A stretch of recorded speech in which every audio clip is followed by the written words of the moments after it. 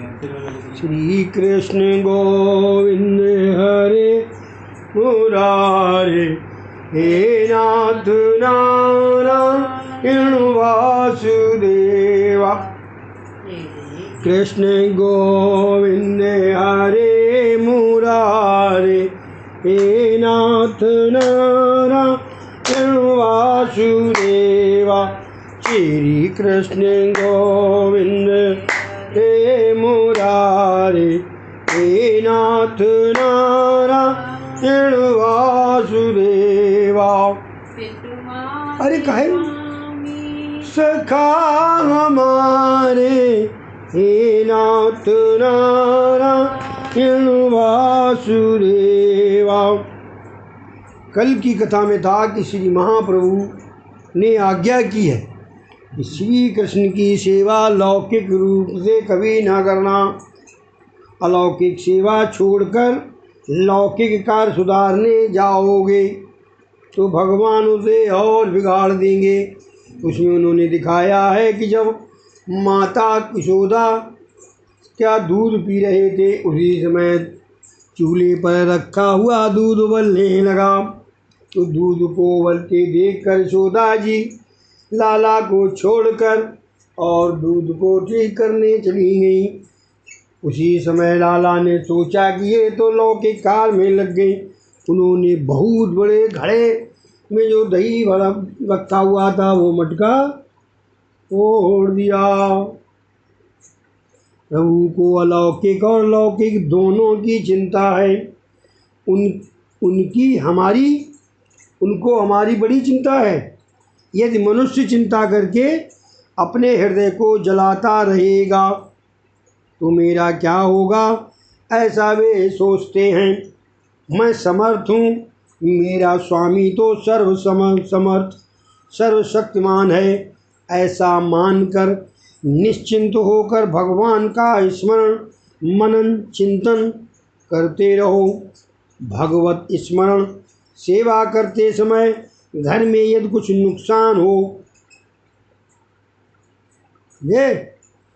भगवत स्मरण सेवा करते समय घर में यदि कुछ नुकसान हो तो होने दो। तन ठाकुर जी के पास हो और मंद सोई घर में तो सेवा कैसे कही जाएगी।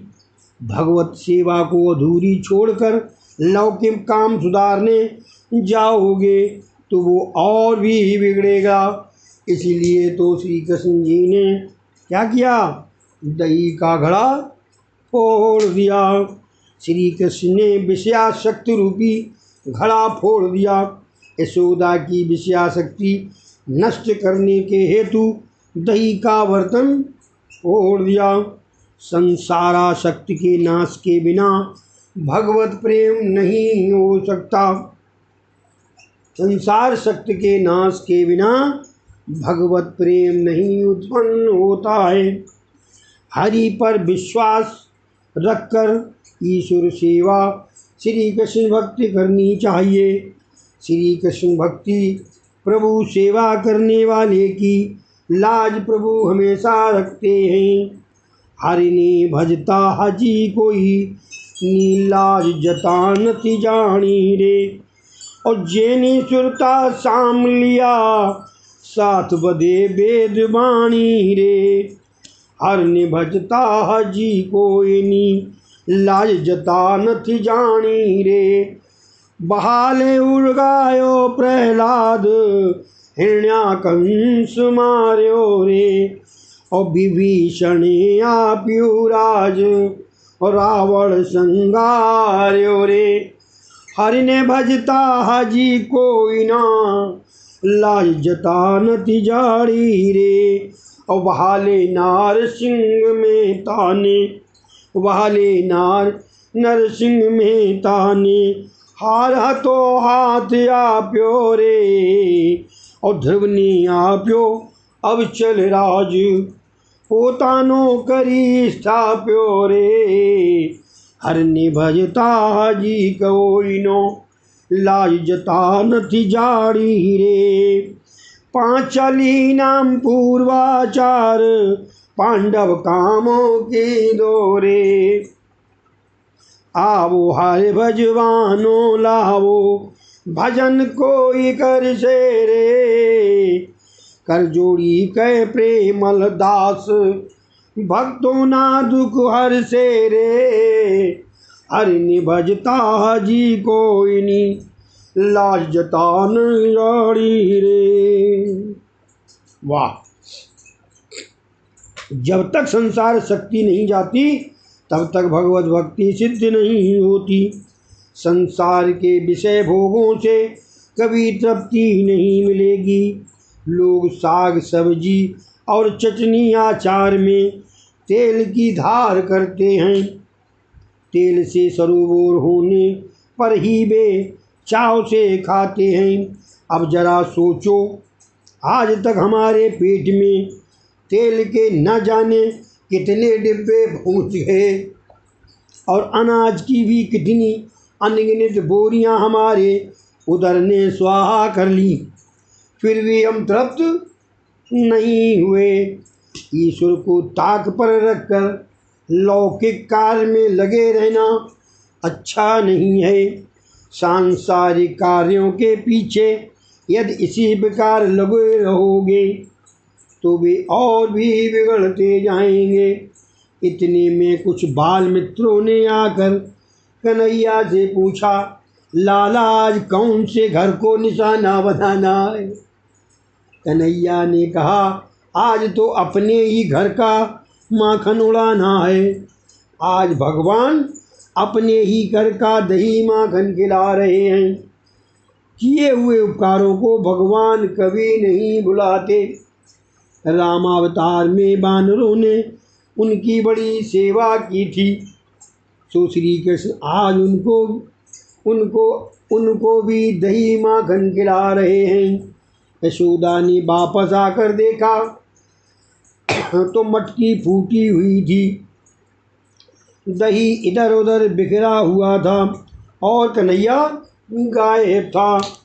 कन्हैया ने रूठ कर ये पराक्रम किया था। लाला छीके पर से माखन उतार कर बाल मित्रों को और बानरों को खिला रहा था। बानर? कौन बानर? बानर अर्थात मन। बन बानर सा चंचल है, किंतु श्री राम और श्री कृष्ण के सामने तो वो हाथ जोड़कर सिर नवाकर खड़ा रह जाता है। उनके बिना चंचल मन बानर शांत नहीं होता। बानर फलाहार करते हैं और निर्वस्त्र रहते हैं, वे तो साधु जैसे हैं। कन्हैया उन्हें माखन खिला रहा है। यशोदा ने लाला को चोरी करते देखा तो मान लिया कि गोपियों की बात सच्ची थी। लाला की चोरी करने की जो आदत है, लाला को पकड़ कर बांधना होगा। जिस ओखली पर वो खड़ा है उसके साथ ही मैं उसे बांध दूंगी। यशोदा लकड़ी लेकर कृष्ण के पीछे दौड़ी। मित्रों ने लाला से कहा, माँ आई भागो। आगे लाला दौड़ रहा है और उसके पीछे यशोदा मैया दौड़ रही हैं। जिस ईश्वर को योगी पकड़ नहीं पा रहे हैं, उन्हीं को पकड़ने के लिए यशोदा दौड़ रही है। बोलो कन्हैया लाल की जय। यशोदा दौड़ते दौड़ते थक कर चूर हो गई, फिर भी कन्हैया हाथ नहीं आया। ऐसा क्यों हुआ? श्रीधर स्वामी कहते हैं, अपनी एक भूल के कारण यशोदा उस कन्हैया को पकड़ नहीं पाती थी। कृष्ण के पीछे दौड़ने के समय यशोदा की दृष्टि में कृष्ण का मुखारविंद और चरण कमल नहीं, पीठ थी। तृतीय स्कंद में कहा गया है, लाला की पीठ में अधर्म है। अधर्म वहीं से उत्पन्न हुआ है। अधर्म को दृष्टि में रखकर दौड़ाने वाला ईश्वर को कैसे पकड़ सकता है? क्या क्या लोगों ने व्याख्या की। भक्ति धर्म की मर्यादा में रह कर करो। भक्ति धर्मानुकूल होनी चाहिए। भक्ति में अधर्म आया नहीं कि वो भ्रष्ट हो गई। कर्ता ने जिसे जो कर्तव्य दिया है उसको बार बार निभाया जाए। कर्ता ने, कर्ता कौन है? ईश्वर। कर्ता ने जिसे जो कर्तव्य दिया है, पत्नी को पत्नी का और पति को पत्नी का, जो पति और पुत्र को और अन्य रिश्तों को जो धर्म दिया गया है वो उसे करना चाहिए। और जो अपना कर्तव्य, अपना धर्म छोड़ देता है उसकी भक्ति सफल नहीं हो सकती। चाहे आप जितने मंदिरों और साधुओं के पीछे फिरिए, संध्या कर्म किए बिना सेवा करने वाले ब्राह्मण की सेवा ईश्वर कभी स्वीकार नहीं करते। यदि घर में पति देव बीमार हैं और उनकी उपेक्षा करके स्त्री मंदिर जाए तो उसकी भक्ति पूजा भगवान कभी स्वीकार नहीं करेंगे। अपने पति और संतान की उपेक्षा करके कथा कीर्तन करने वाली या मंदिर जाने वाली स्त्री की सेवा कभी सफल नहीं होती है। प्रभु कहते हैं, मुझे कर्तव्य की, धर्म की मर्यादा बड़ी प्रिय है। उसकी भक्ति करते समय कर्तव्य और धर्म की मर्यादाओं का पालन करना ही चाहिए। यशोदा लाला को पकड़ नहीं पा रही हैं क्योंकि वो भक्ति अधर्म के पीछे दौड़ रही है। एक महात्मा दूसरा ही कारण बताते हैं। यशोदा के हाथ में लकड़ी थी, लकड़ी लिए पकड़ने वो दौड़े। ये लाला को पसंद नहीं, उसे डर लगता है। लकड़ी अभिमान का प्रतीक है। पुष्ट समुदाय तो लाला की सेवा करने को कहता है। लकड़ी लेकर दौड़ने का अर्थ है अभिमान को साथ लेकर दौड़ना। अभिमानी सेवा नहीं करता। कृष्ण कहते हैं, अपना अभिमान छोड़कर ही मेरे पास आना। महाभारत में आजकल क्या ये चल रहा है? रामायण में नहीं चल रहा। राम भी कह रहे हैं कि अभिमान छोड़कर मेरे पास आओ, लेकिन रावण अभिमान नहीं छोड़ना चाहता। खैर, रावण और लोगों की बात छोड़िए, हम लोग जीव जिस प्रकार के हैं उस तरीके से कृष्ण भक्ति करें। तो वल्लभाचार्य जी कहते हैं, भक्ति यदि अभिमान को अपने साथ ही लेकर भगवान को पाने चलेगा तो सफल नहीं होगा। यशोदा जी बुद्धि, भक्ति, लकड़ी अभिमान को लिए हुए कन्हैया को पकड़ने चली है, सो पकड़ नहीं पा रही है। सत्कर्म किए जाने के बाद भी यदि आंतरिक अभिमान बढ़ता जाता हो तो सत्कर्म किस काम का? ऐसा सत्कर्म करना निष्प्रय है। भगवान सभी दोषों को क्षमा करते हैं किंतु अभिमान को नहीं। अपमान सह सकते हैं, अभिमान को लेकर अगर मेरे आओगे तो नहीं, क्योंकि अभिमान में आप हमेशा दूसरे को छोटा समझते हैं। अभिमान होने से भगवान की उपेक्षा होती है।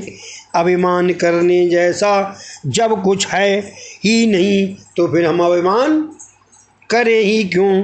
राजा को रंक बनते, रंक को राजा बनते, लाख को खाक होते हुए देर नहीं होती।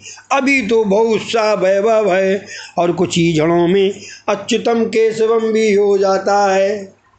अच्युतम केशवम मीन्स अच्युतम केशवम माने जिस तरीके से राम नाम सत्य होता है उसी तरीके से कृष्ण के लिए अच्युतम केशवम कहा जाता है।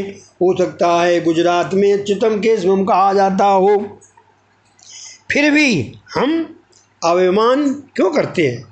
यशोदा दौड़ते दौड़ते थक गई, फिर भी कन्हैया हाथ ना लगा। अब लकड़ी भी बोझ सी लगने लगी। उन्होंने लकड़ी फेंक दी। कन्हैया भी तो यही चाहता था कि माता लकड़ी रूपी अभिमान छोड़ दे। माता ने लकड़ी फेंक दी तो कन्हैया न केवल रुक गया अपितु वापस आने लगा। सांसारिक दृष्टिकोण में यही है, आप डंडा पकड़ कर किसी को मारने जा रहे हो और डंडा छोड़ दो तो जानता आप पिटेंगे नहीं, तो डंडा छूट गया। यशोदा ने श्री कृष्ण का फिर क्या देखा, जब तक लकड़ी थी तब तक वो कृष्ण का मुंह देख पीठ देख रही थी, और पीठ जो है अधर्म का स्वरूप है। जब तक अधर्म रहेगा प्रभु नहीं मिल सकता।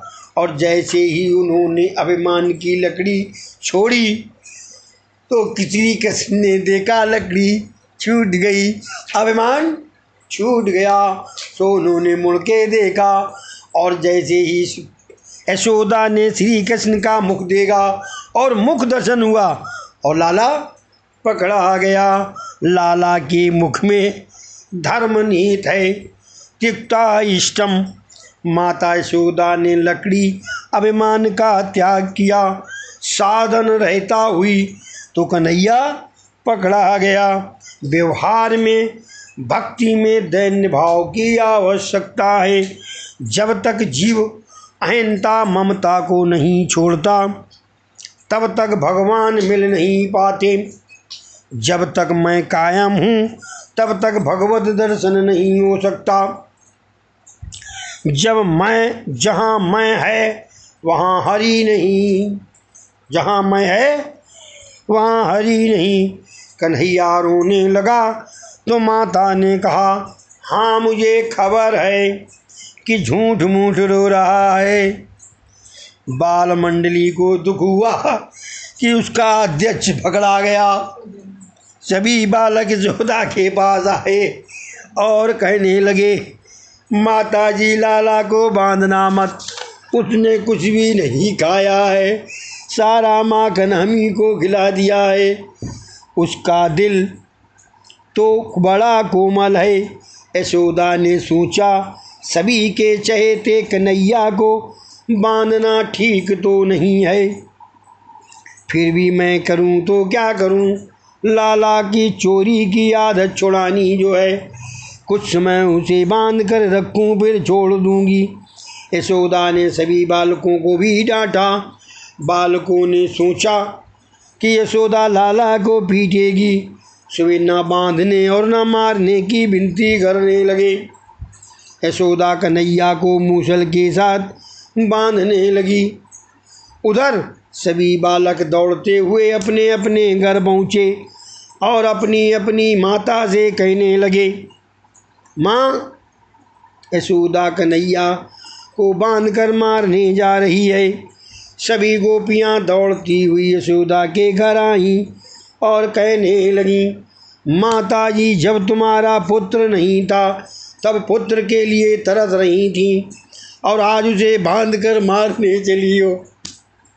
हम गरीब हैं, लाला हमारे आकर रोज मटकी फोड़ता है, दही माखन लूटता है, फिर भी हमने कभी उसे बांधने की नहीं सोची है।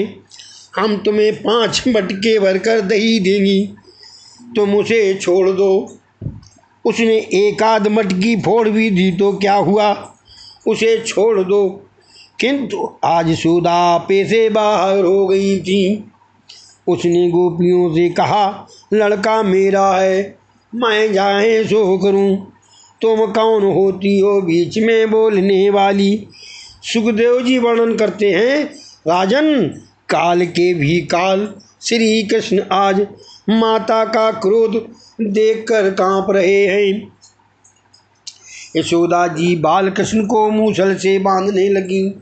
अब अचरज की बात यह हुई कि उन्होंने डोरियां आजमाई, किंतु सबकी सब 2 अंगुल भर छोटी निकली। एक दूसरे से जोड़ती गईं तो भी 2 अंगुल भर छोटी रह जाती थीं। तदपि 2 अंगुलम न्यूनम यदि इदादति बंधनम, एक के साथ दूसरी और दूसरी के साथ तीसरी। इस प्रकार बहुत सी डोरियां जोड़ी गईं, किंतु 2 अंगुल भर छोटी ही रहती थीं। श्री कृष्ण के स्पर्श होने के कारण मानो डोरी का स्वभाव बदल जाता था। यज्ञ करने से, तीर्थ यात्रा करने से, ब्राह्मणों को भोजन कराने से स्वभाव सुधरता नहीं है, किंतु जो हृदय पूर्वक भगवान का ध्यान करता है, जो मन से परमात्मा को मिलता है, उसी का स्वभाव बदलता है।